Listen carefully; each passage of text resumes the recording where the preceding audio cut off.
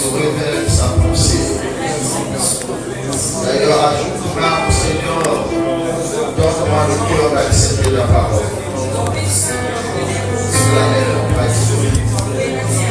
Seigneur, revenons à toi ce matin. Source du bonheur parfait. Nous venons à toi ce matin. Le bon berger et le guide parfait. Nous te prions au temps de Père. Toi qui sais sonder les cœurs et les reins. Lève-toi en dignité. Lève-toi, toi qui es Seigneur et notre Dieu. Parle-nous ce matin.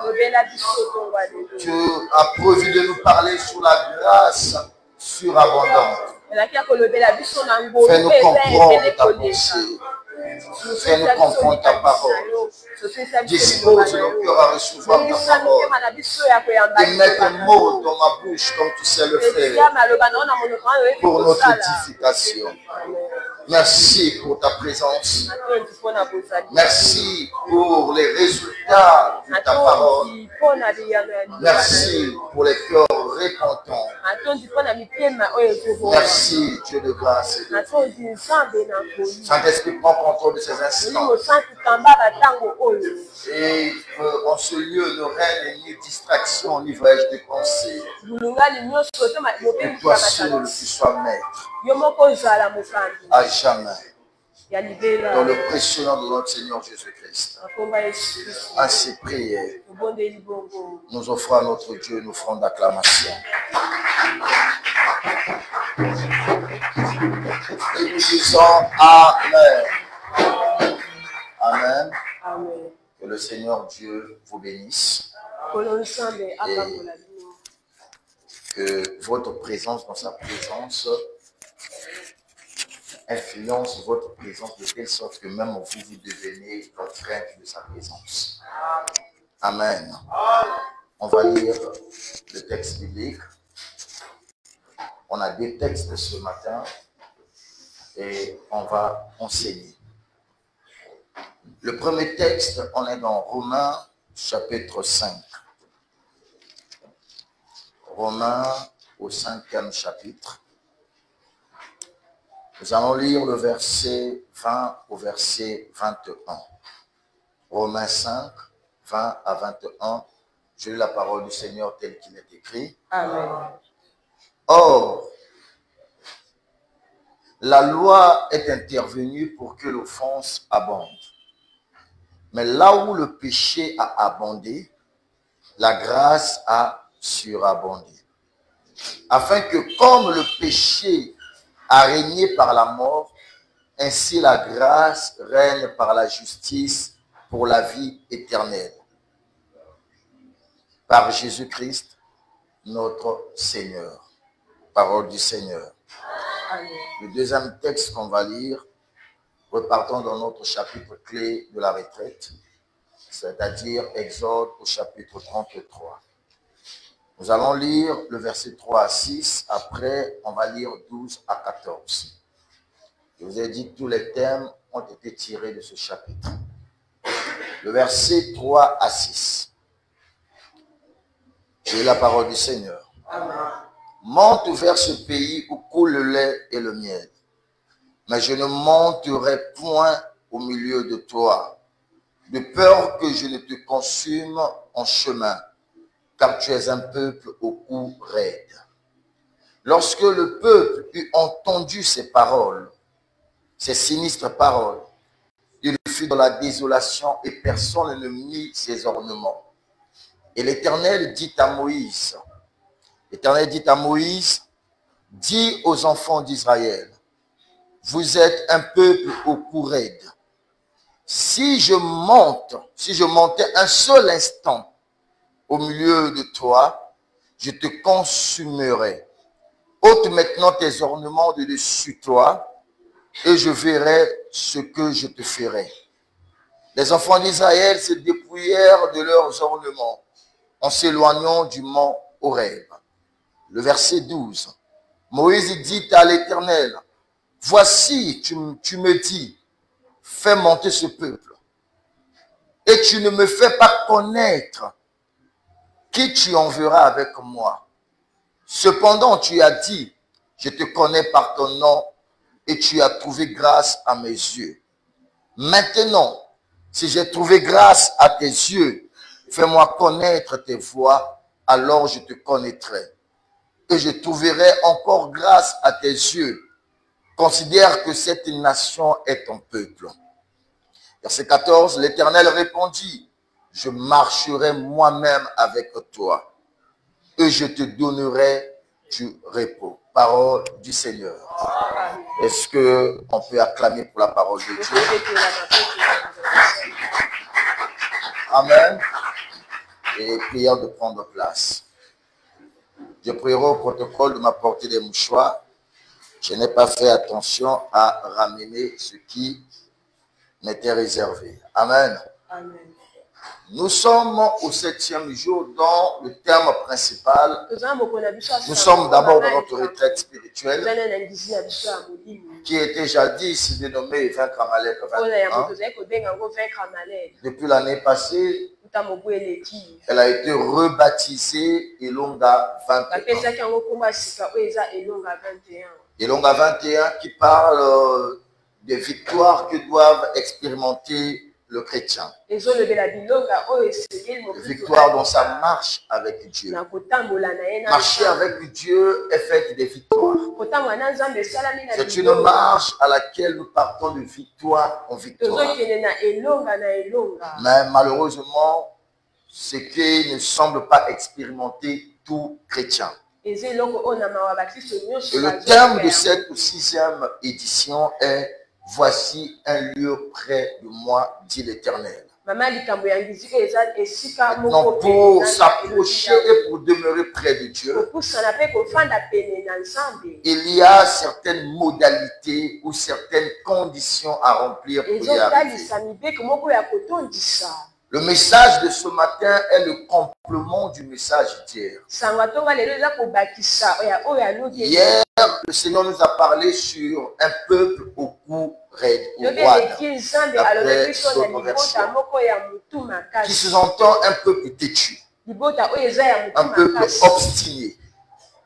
Un peuple obstiné, c'est-à-dire qui reste sur ce que lui il veut.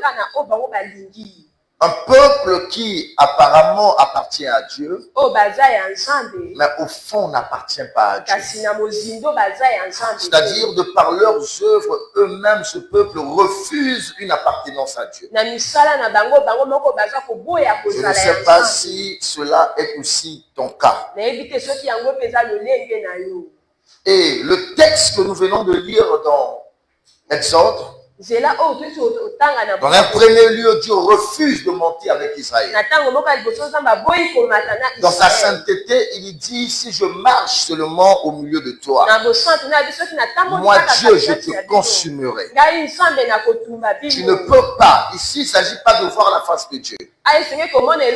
Dieu a dit à Moïse que personne ne peut voir ma face et demeurer en vie. Ici, il ne s'agit pas de ça.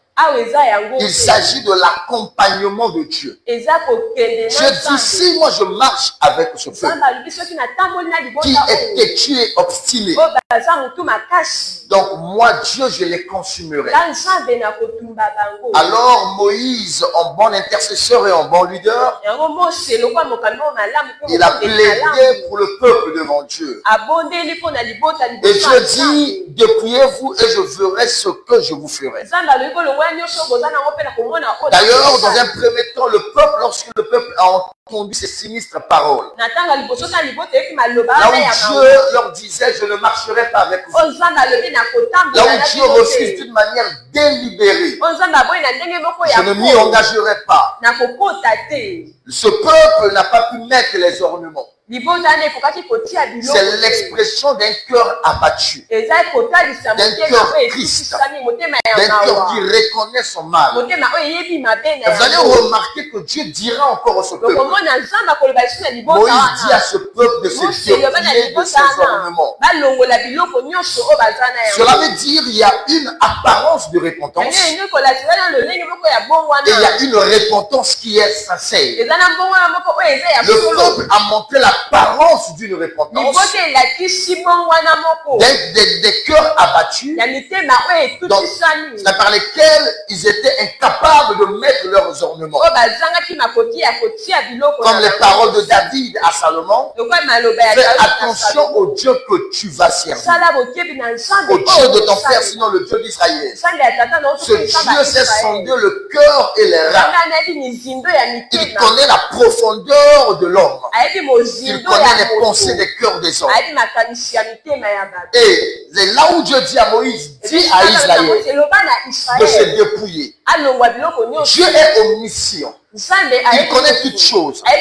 La question que je me poserais, si Dieu savait que Israël n'avait pas mis ses ornements, pourquoi je demanderais encore à Israël d'ôter ses ornements? Ça veut dire qu'il y avait une apparence, mais au fond, Israël n'avait pas ôté, ne s'est pas dépouillé. Dans la marche chrétienne, le chrétien est appelé à se dépouiller. Dieu ne dit pas, moi Dieu je lui ôte ses ornements. Non. Il dit à Israël de se dépouiller lui-même. Donc la repentance émane de ton cœur. C'est même ça le point de départ d'une délivrance. Les gens pensent que la délivrance, que tu viens chez un pasteur, même si tu n'es pas sincère, tu seras délivré. Aucun pasteur n'est plus puissant que Dieu. Pourquoi Dieu, pour délivrer quelqu'un, demande ce que la personne elle-même désire l'intervention divine? Pourquoi Dieu demande à ce que l'homme revienne à lui?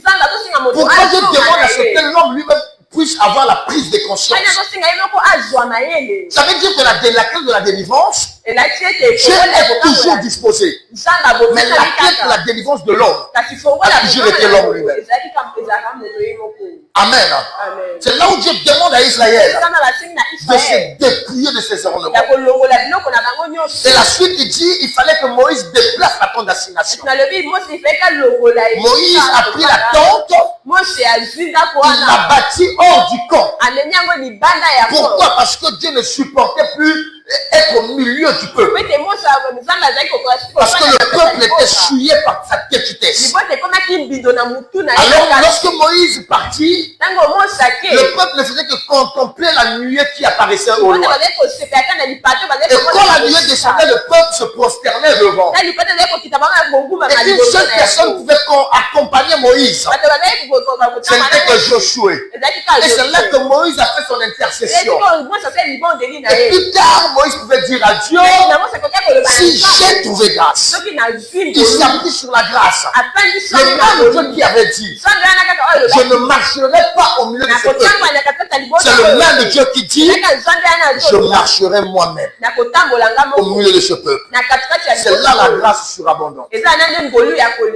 C'est là où le péché a abondé. Mais Dieu dans sa grâce, il a fait surabonder sa grâce. Amen.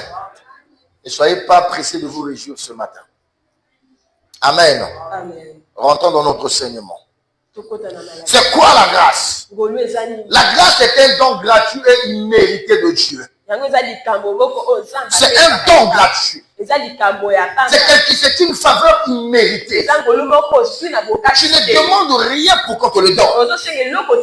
Je donne un exemple simple. Si aujourd'hui, ton niveau de respiration est critique, tu pars dans un hôpital, on sera obligé de te mettre sous oxygène. Mais il faudrait, ta mise sous oxygène est conditionnée à ton paiement. Si tu n'as pas de disponibilité, dans le produit qu'est l'oxygène, on ne va pas te le vendre. Ça, ce n'est pas une grâce. Ça, c'est ton argent qui t'achète quelque chose. C'est pas un mérite. Maintenant, je te pose la question. Qu'est-ce qui a fait que tu respires ce matin? Dis-moi ce que tu as fait pour que tu sois vivant. Qu'est-ce que tu as fait pour que tu sois chrétien? Qu'est-ce que tu as fait pour que tu sois là en ce lieu?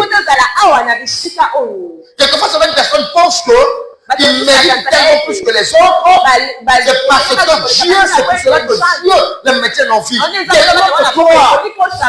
Dieu dit, si je parlerai avec Moïse, je parlerai avec lui face à face. Comme un homme parle avec un homme. Où est Moïse aujourd'hui? Vous croyez que Dieu serait incapable de maintenir Moïse en vie des années? Non! Même le grand Moïse par lequel Dieu parlait face à face, il n'a pas eu cette grâce de rentrer dans la terre promise. Tout n'est que question de grâce. Une faveur méritée. Même là où tu es arrivé de ton niveau scolaire, tu peux dire que tu as beaucoup travaillé, c'est bien. Mais je connais des gens qui sont intelligents, quelquefois plus que toi et moi. Mais dans leur capacité intellectuelle, ils n'ont pas eu la grâce d'avoir le Seigneur pour le péché. Parce qu'ils n'ont pas eu la grâce d'avoir quelqu'un qui les soutienne. Donc par contre, la force maléfique agit dans leur vie et donc les résultats n'ont pas suivi. Mais toi tu as été combattu. Toi quelquefois tu es orphelin de père et de mère. Mais tu as eu la grâce de trouver un Joseph d'Arimathée venir soutenir tes études. Il y a même certains qui ont que les diplômes. Mais qui est là, tu es conscient que tu n'as pas mérité ce diplôme. C'est par grâce que chacun de nous est là où il est. Que l'orgueil ne gagne pas ton cœur. De croire que tu mérites des choses plus que les autres. Non. Ce n'est pas question de mérite. C'est une question de grâce. Dieu accorde sa grâce. Non pas par mérite. Il accorde par amour et par miséricorde. Il accorde par amour et par miséricorde. Quelquefois, on se pose la question. Pourquoi un méchant continuerait-il à vivre? Mais c'est parce que Dieu lui a fait grâce. Et cette grâce que Dieu lui accorde est conditionnée à la repentance de son cœur. Plus il continue à vivre dans le mal, plus il intensifie son sévère au jugement. Amen. Amen. Ne l'oubliez jamais. Quelquefois même tu es dans l'église, tu sers malgré ta vie de péché. Dieu n'a pas permis qu'on te voie encore. Ou alors on connaît bien ta situation, mais Dieu n'a pas permis que tu sois exposé. Ce n'est qu'une grâce. Mais c'est pour que tu prennes conscience et que tu te répandes. Parce que même le service de Dieu que tu sers dans le péché peut te tuer. Il faut lire Lévitique 10. Il y a de ceux-là qui ont tenté, ils sont morts le même jour. On ne blague pas avec Dieu. La grâce est une faveur divine par laquelle l'homme bénéficie premièrement du salut. Et bien plus d'autres choses. Quand Dieu accorde sa grâce, l'objectif premier est que vous soyez sauvés. Et que vous recevez Christ dans votre vie. Que vous soyez nés de nouveau. C'est la raison pour laquelle Dieu t'accorde sa grâce. Ce n'est que la seule raison. Surabonder, que cela signifie? La surabondance signifie ce qui existe en quantité plus grande qu'il n'est nécessaire. Ce qui existe en quantité plus grande qu'il n'est nécessaire. Une quantité excessive de quelque chose. Nous devons comprendre une chose. Quand l'électricité est produite en une quantité excessive, cela conduit à des courts-circuits, Amen. à des dégâts.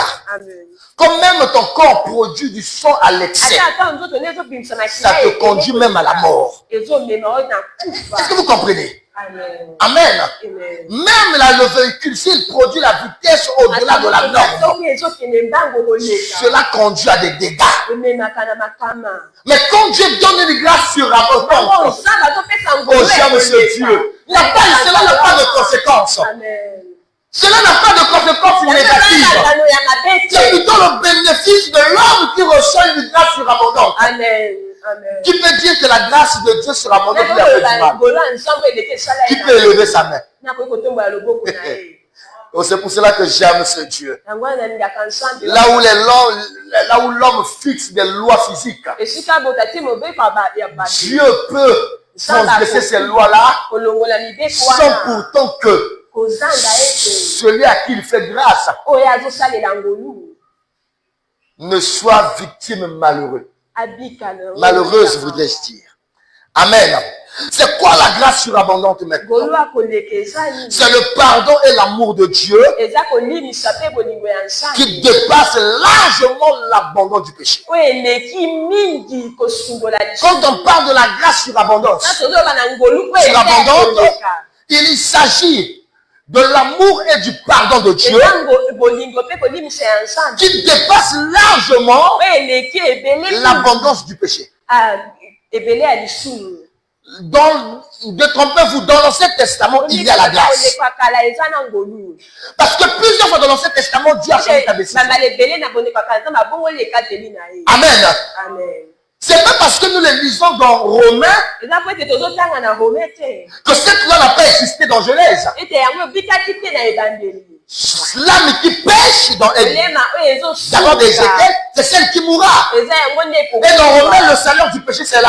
Mais quand Adam et Ève ont péché, quand que la mort fut présente, il y a eu cette grâce de garder l'homme en vie pour que le salut, le plan du salut soit déclenché pour le salut de l'humanité. Même dans le péché d'Adam, il y a la grâce qui s'est exprimée. Est-ce que tu es là? Amen. Et quand Dieu décide, il dit je vais détruire Sodome et Gomorrhe. Mais dans sa grâce, il accorde quand même à Abraham le temps d'intercéder pour qu'il épargne l'autre. Il lui a quand même accordé cette grâce. C'est par grâce qu'Abraham a intercédé. C'est par grâce que l'autre fut sauvé. Ça n'a jamais été par mérite. Même Isaac a été sauvé au moment original par grâce. Amen. Maintenant, rentrons dans notre message. On va voir trois points principaux en ce qui concerne notre message. La grâce surabondante. La grâce surabondante. J'ai un cœur partagé, mais qui est plus attristé que joyeux. La première des choses que nous devons noter, Dieu voit et connaît la vie de chacun. Je vois et connais la vie de chacun de nous ici. Ce que tu mets dans ton cœur là, tu ne l'exprimes pas. Je connais ce que tu penses. Ce que tu fais dans le secret, quand tu apparais pur, certes devant les gens, Dieu connaît ta vie. Il te connaît dans la profondeur même que toi tu ignores. Même ce que tu crois ne pas être péché, Dieu connaît que tu as péché. Même dans ton ignorance, Dieu connaît. Par contre, le silence de Dieu ne signifie pas qu'il ne voit ou ne connaît rien. Écoutez-moi bien.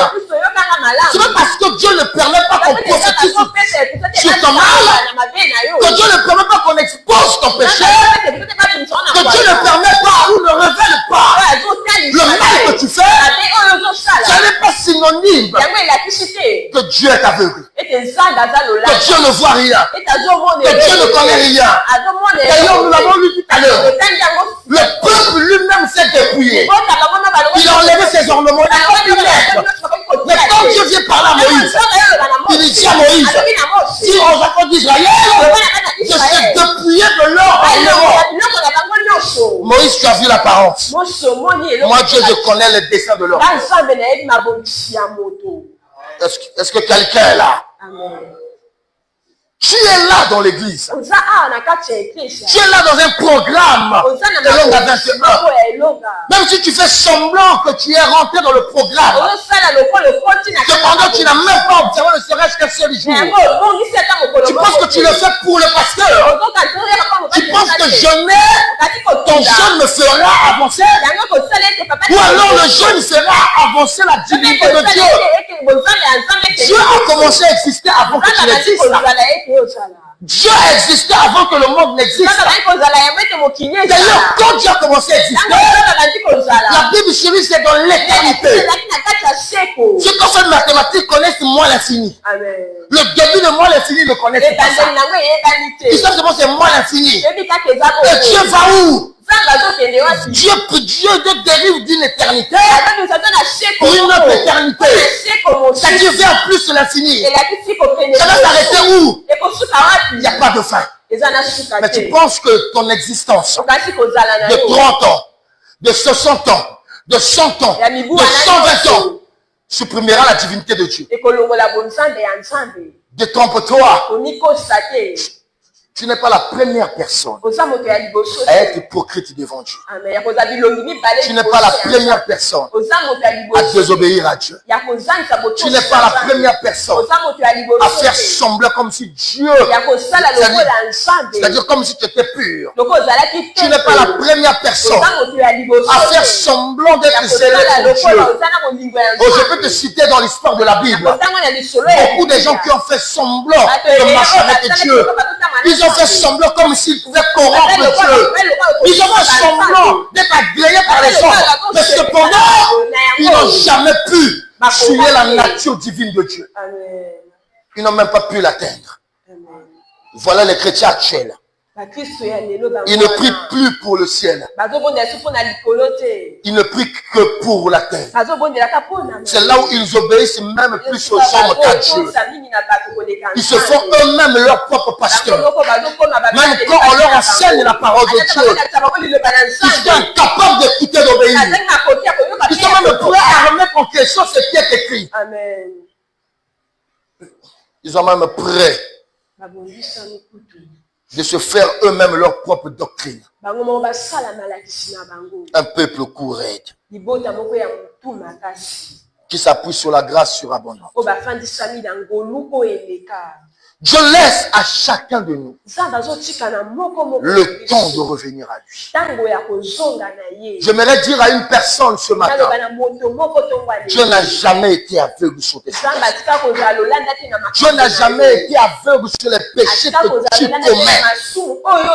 Même ce que tu as fait hier, ce que tu as eu à écrire hier, je vais même encore plus loin. Même ce que tu dis sur moi, son serviteur, devant moi, tu es poli. Je connais aussi à quoi tu penses. Peu importe la forme et l'apparence bien décorée, ornée que tu me donnes, Dieu te connaît. Il connaît ta véritable face. Il connaît ta vraie identité. Dieu qui voit et qui connaît, il pouvait citer même à Israël. Plus tard par David, ce qu'il savait sur ce peuple. Non, pas par David, excusez-moi, mais par Asaph. Et puis Psaume 78, le verset 40 à 41. Écoutez, là on est toujours dans le désert. Qu'est-ce que Dieu dit? Que de fois ils se révoltèrent contre lui dans le désert. Que de fois Israël était rebelle contre Dieu dans le désert. Tant de fois. Combien de fois dans ta vie chrétienne tu as été rebelle à Dieu? Vous voulez inventer un nouveau Dieu?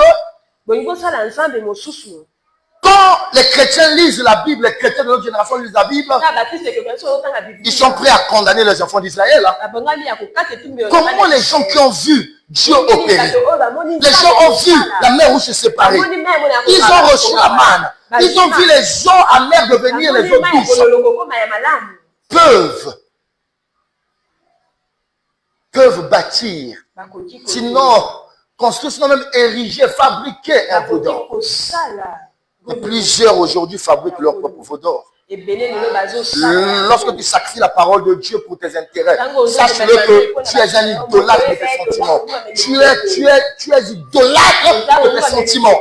Et quand tu prends ton mari puisque de tenter Dieu et de provoquer le Saint d'Israël, il t'enterre. Il t'enterre Dieu. Il ne cessèrent. Combien de fois les disciples même, ceux qui prétendent servir Dieu dans cette église, combien de fois vous tentez Dieu? Vous savez qu'il est écrit, maudit à celui qui fait avec négligence l'œuvre de Dieu. Mais vous continuez à le faire. N'est-ce pas une tentation envers Dieu? N'est-ce pas une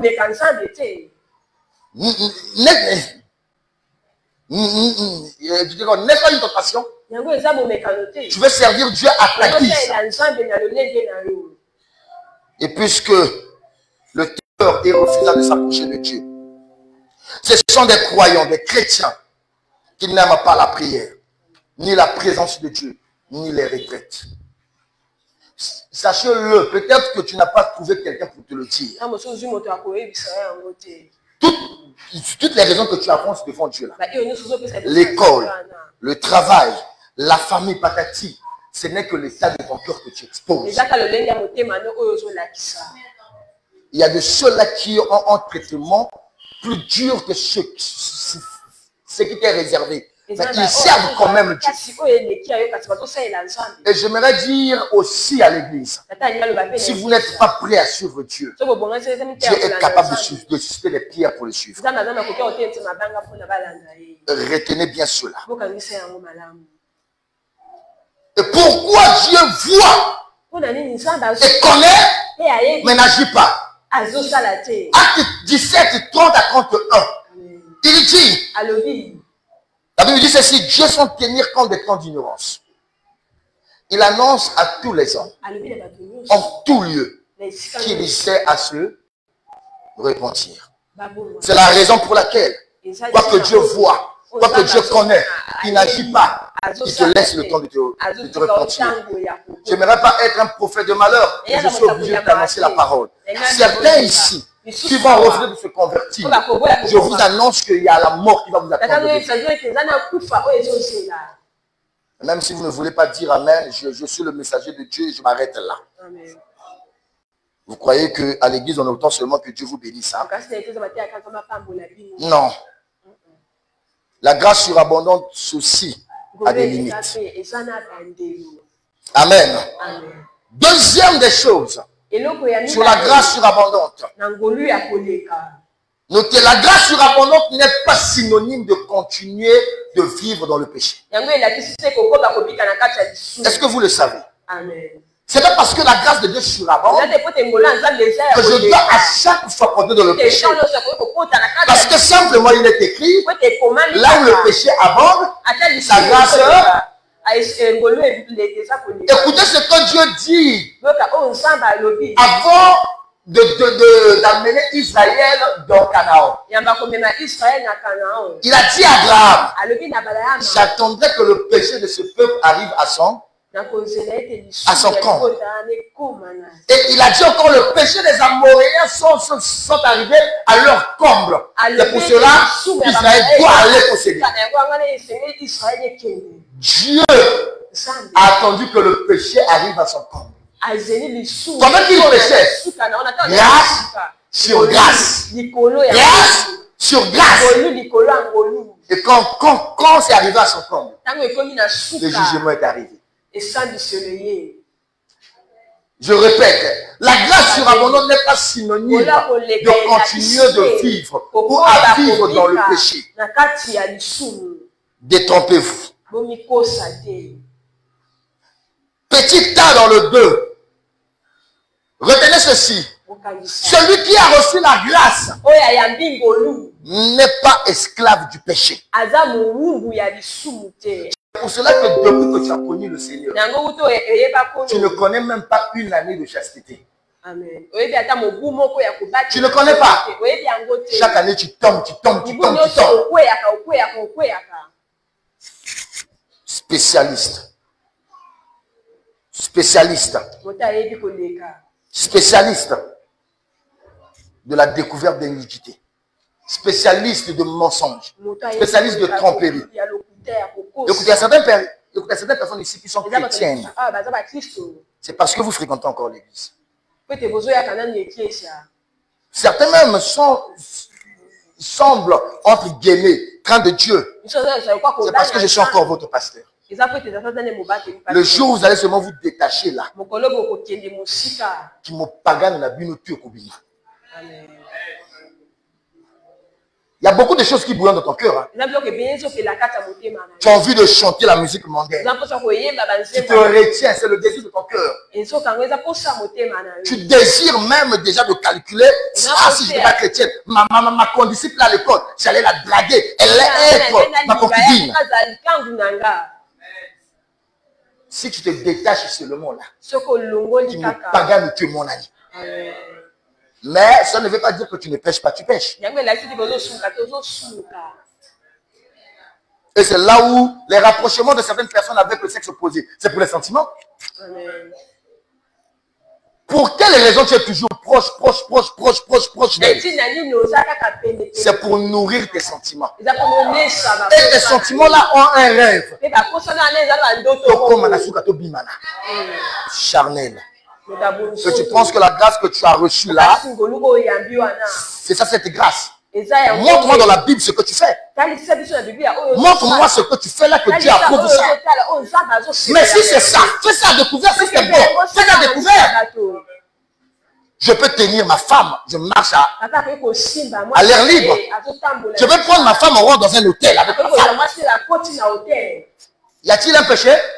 C'est ma femme. Mais pourquoi si toi tu es dans la lumière, pourquoi tu fais des choses en cachette? Quand tu entends que Dieu est avec toi, menteur, séducteur. Les esprits séducteurs prétendent que Dieu est avec eux, c'est comment Dieu n'est pas avec eux. Et c'est pour cela qu'ils entraînent beaucoup de gens dans le péché. Quiconque se livre au péché est esclave du péché. Qui dit cette parole? C'est qui? Ah, qui l'a dit? Non, dans la Bible ici, qui l'a dit? C'est Jésus qui l'a dit. Donc maintenant, toi et Jésus, qui est vérité? Il a dit, il n'a pas dit. J'ai la vérité. Non, peut-être c'est moi qui ai mal dit. Jésus a dit, j'ai la vérité. C'est ça, non? Il a dit, j'ai la vérité. Il a dit, je vais prendre la vérité. Il a dit, je suis. Donc ce que Jésus a dit, et ce que toi, humain, tu penses dire, et tu crois ce que toi tu dis est vérité. Toi et moi, on avait déjà commis combien de péchés en étant sur terre. Mais Jésus n'a connu aucun péché, ni commis aucun péché. S'il vous plaît, ne faites pas un deuxième prédicateur dans la foule. Soyez attentifs au message. Amen. Deuxième texte biblique, on va dans Romains. Romains au chapitre 6. La grâce surabondante n'est pas synonyme de vivre dans le péché. Détrompez-vous. Détrompez-vous. Romains chapitre 6. On va lire du premier verset au 7e verset. Nous y sommes, non? Amen. La Bible dit, que dirions-nous donc? Demeurions-nous dans le péché afin que la grâce abonde? C'est ça, non? Amen. Loin de là. Loin de là. La grâce n'est pas synonyme de vivre dans le péché. La grâce produit en nous la crainte de Dieu. Et la crainte de Dieu, c'est la haine du mal. Nous qui sommes morts au péché, voilà la conséquence de la grâce. Nous qui sommes morts. Comment vivions-nous? Mon frère, ma soeur, Et que moi, je suis fait mobile. si tu es mort dans le Sauf péché, que pour faire quatre lisumu. pourquoi tu vis encore dans le péché? J'allais nous oublier qu'à la quatre lisumu. Sous prétexte de la grâce. Ah. Toute personne qui est bénéficiaire de la grâce produit en lui la crainte de Dieu. Bougez le frère qui dort. Dis-le de comprendre la grâce. Lui. Voilà. Frère, assis-toi bien, regarde-moi. Merci.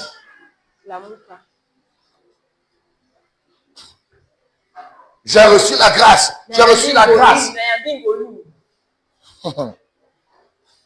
Vous n'avez pas lu dans la Bible, nul ne servira de maître. Toi, ton maître te sert. Papa, ce qu'a n'a qu'à faible. Je vais seulement partir. C'est lui ton autre maître, c'est notre Dieu. C'est lui ton maman. Ta maman là, maman, nul ne peut servir de maître. Ou il aimera l'un et haïra l'autre. Ton amour pour le péché dépasse ton amour pour Dieu. C'est ça l'état de ton cœur. Tu aimes tellement le péché plus que l'amour que tu as pour Dieu. On peut continuer. Ignorez-vous que vous tous, que nous tous, qui avons été baptisés en Jésus-Christ, c'est en sa mort que nous avons été baptisés. Nous avons donc été ensevelis avec lui par le baptême en sa mort, afin que, comme Christ est ressuscité des morts par la gloire du Père, de même nous aussi, nous marchons en nouveauté de vie. Mais si tu marches en nouveauté de vie, pourquoi ton ancienne vie est toujours là? Le couteau dans mon oko. Le mensonge sans improvisation. On te surprend. Non, c'est pas ça. Même d'autres, lorsqu'on les surprend, ils acceptent, ils donnent les versets bibliques. Les arguments bibliques. Ce niveau-là, c'est le niveau de l'antéchrist. La Bible dit dans le... Je vous dis ce qui est vrai. La Bible dit dans 1 Jean, celui qui ne confesse pas publiquement Christ est venu dans la chair, il est mort pour nous sauver, c'est qu'il est de l'antéchrist. Ça veut dire quoi? Celui qui ne déclare pas publiquement le mal qui est mal, la vérité qui est vérité, c'est qu'il est de l'antéchrist. Vous croyez que je vous mens? Lisez l'épître de Jean. Lisez bien l'épître de Jean. Et c'est pendant le message d'hier que le Seigneur m'a bousculé. Le Seigneur m'a... Et le Seigneur me dit, oui, le message est là. Mais développe bien ce message. Pour que mon peuple comprenne. J'étais mal à l'aise depuis le culte, après le culte d'hier. C'est comme un marteau que Dieu me tapait dessus. En effet, si nous sommes devenus une même plante avec lui, ah Seigneur, par la conformité à sa mort, nous le serons aussi par la conformité à sa résurrection. Sachant que notre vieil homme a été crucifié avec qui? Afin que le corps du péché